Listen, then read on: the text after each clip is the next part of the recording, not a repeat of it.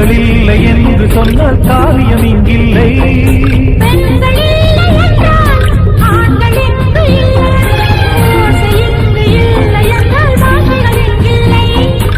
ஆண்கள் இல்லை என்றால் பெண்கள் இங்கு இல்லை. சமத்துவம் பெருக, ஜாதிகள் ஒழிக, மழையது அழிக, புது யுகம் அருக, பூமழை பொழிக, தலைமுறை வளரட்டுமே. வாலிப நெஞ்சங்கள் நாளை என்னாகும். காதல் இல்லை என்று சொன்னால் பூமியும் இங்கில்லை.